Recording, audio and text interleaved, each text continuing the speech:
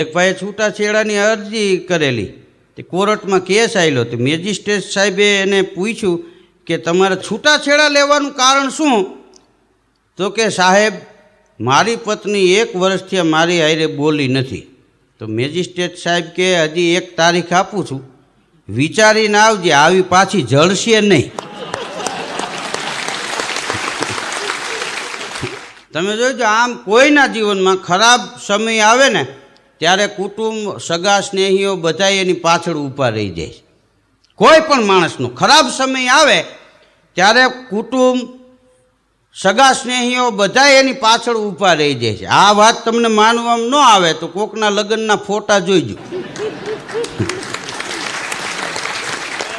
હમણાં 2 લુખા પ્રેમી હોટલમાં ગયા, બોલો, હાવ લુખે.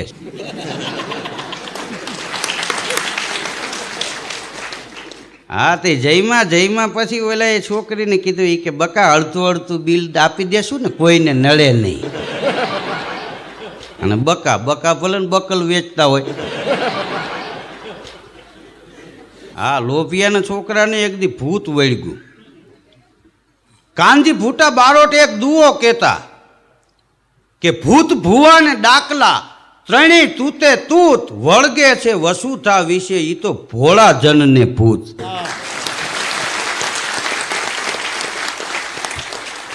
લોભિયાના છોકરાને ભૂત વળગ્યું ને તો 8 દિવસ ઘરમાં પૂરી દીધો.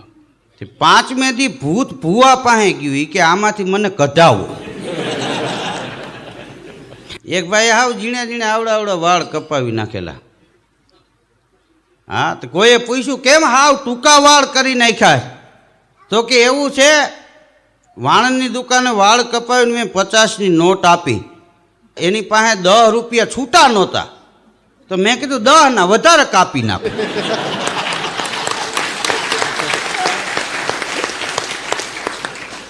હા, તો ઓયલો કે સારું થયું 100ની નોટ નહોતી, નકર ટકાની સાયલી ઉતરાવી નાખત.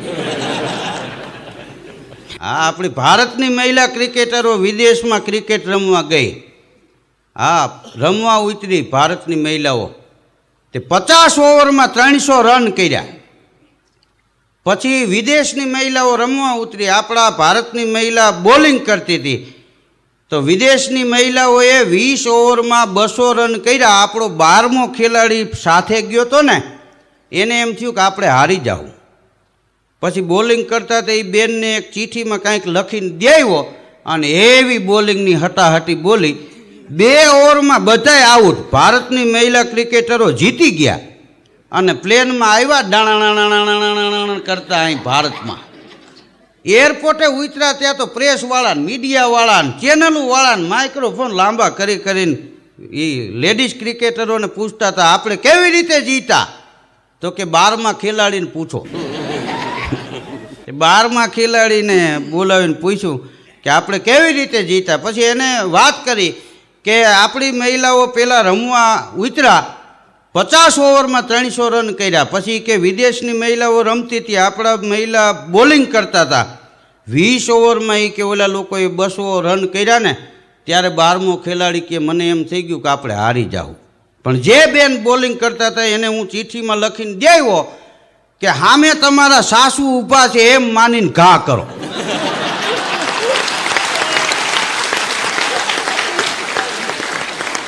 અને હટાહટી બોલી. 2 ઓવરમાં તો બધાય આઉટ, સ્ટમ્પ પાડી નાખ્યા. બોલો, ખીતીકડા ઉડીને લીટાની બહાર નીકળી ગયા. હા, ચૂંટણીમાં એક નેતા વળી ભાષણ કરતા હતા, એ કે તમે લોકો મને જીતાડી દો, પેટ્રોલના ભાવ બકાલા કરતાં હું સસ્તા કરી નાખીશ. લોકોને સસ્તું જોઈએ. આમ તો હકીકતમાં લોકો સસ્તું જોવે એના કરતાં વસ્તુ જોવે તો મજા આવે.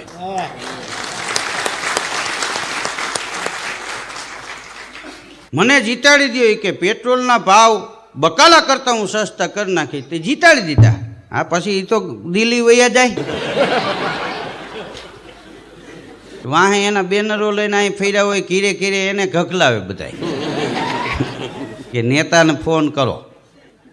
હા, પેટ્રોલના ભાવ બકાલા કરતાં સસ્તા કરી નાખીશ એવા વચન આપ્યા છે. તો અહીંથી ઓલા લોકોએ ફોન કર્યા કે તમે સાહેબ વૈયા ગયા, અમને અહીં બધાય ઘેરો વળી જાય બહાર નીકળી તો બકાલા કરતાં પેટ્રોલનો ભાવ હું સસ્તો કરી દઈશ તો કેમ ન થયું? નેતાએ જવાબ આપ્યો એ લોકોને કહી દો કે ભીંડાના 100 રૂપિયા છે, કારેલાના 80 છે, તે આ 75નું પેટ્રોલ છે. વિરોધ પક્ષવાળાએ આમાં મોરચો માંડેલો અને પબ્લિકમાં ઠેર ઠેર સભાયું કરી. વિરોધ પક્ષવાળા હતા ને એ નેતા કે મને જીતાડી દો, આપણી સરકાર છે ને એ ગેરમાર્ગે પબ્લિકને દોરે, 50% મહિલા અનામત છે પણ ખાલી ચૂંટણીમાં જ છે, મને એકવાર જીતાડી દો. ઘરમાંય 50%, 1/3 પુરુષ રાંધે તો 1/3 બાઈ રાંધે. આ રવિવારે બાઈએ કપડાં ધોયા હોય તો આવતા રવિવારે પુરુષ ધોકાવતો હોય. બોલો, હા, ફરજિયાત 50% કરી નાખી છે. આનંદીબેન મુખ્યમંત્રી બન્યા એને ગુજરાતને નવો શબ્દ આપ્યો, ગતિશીલ ગુજરાત. પ્રગતિશીલ તો હતું જ, પણ ગતિશીલ ગુજરાત. રીંગણીનું બી એવું આવશે, ખેડૂ વાળીએ વાહું જાય, રીંગણીનું બી વાવીને સૂઈ જાય તો સવારે રીંગણા ટીંગાતા સીધો ઓરો જ કરવાનો. હા, નિશાળમાં એક વિદ્યાર્થી તમાકુ ખાતો હતો તો એ સાહેબ જોઈ ગયા, ઊભો કર્યો, ઊભો થા, તમાકુ ખાય છે એટલો વિચાર નથી આવતો તને? તમાકુ ગધેડાય નથી ખાતા. વિદ્યાર્થી કે સાહેબ સાચી વાત છે, ગધેડા હોય એ તમાકુ ન ખાય.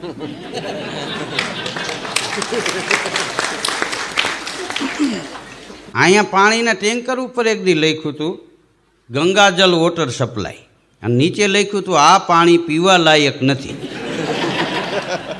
ટેન્કરવાળાને ઊભો રાખ્યો મેં. એટલે કીધું આ ગંગાજલ વોટર સપ્લાય લખ્યું છે અને પાછું નીચે લખ્યું છે આ પાણી પીવા લાયક નથી. તો મેં કીધું કેમ એમ? મને કે ગીત નથી, રામ તેરી ગંગા મેલી હો ગઈ. તો મેં કીધું આ ગંગાજીથી ભરી આવો. મને કે ના રે ના, ગટરમાં કૂવો ગાળ્યો છે.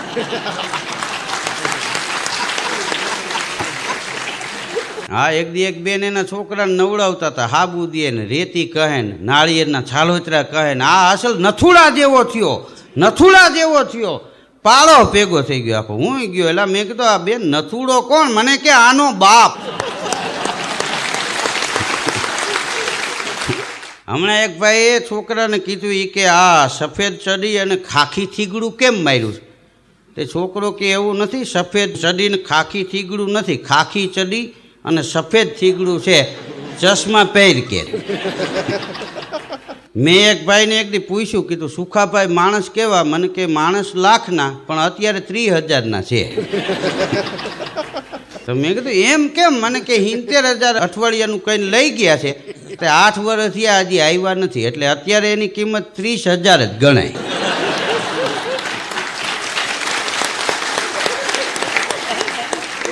હા, સાહેબે વિદ્યાર્થીને પ્રશ્ન પૂછેલો, એ કે મહેનત કરવા છતાં ફળ ન મળે તો શું કરવું? તો એક વિદ્યાર્થી ઊભો થઈને કે ફ્રૂટવાળાની દુકાનેથી લઈ લેવાય.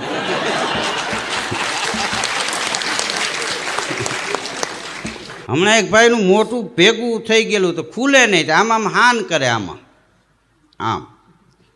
અમે 2-3 જણા જોઈ ગયા તે ભેગા થઈને મોટું હરવે હરવે આમ ખોલતા ગયા, જેમ ખુલે એમ પેલા બોલ પેન ભરાવી, પછી એક જાડું હાથીકું ભરાવ્યું, છેલ્લે તો ચંપલ જાડું ભરાવી દીધું. 5 મિનિટ રાખ્યું પછી નીકળી ગયું. પછી એનું મોટું ખુલ્યું, કીધું આ કેવી રીતે ભેગું થઈ ગયું હતું? એ કે દાંતેથી ફેવિકોલ તોડી.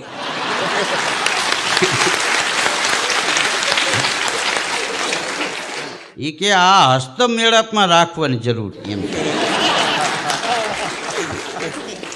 હા, ફેવિકોલ નાખીને કે હસ્તમેળાપ કરી દો, જીવે ત્યાં સુધી જોડલું ભેગું ને ભેગું.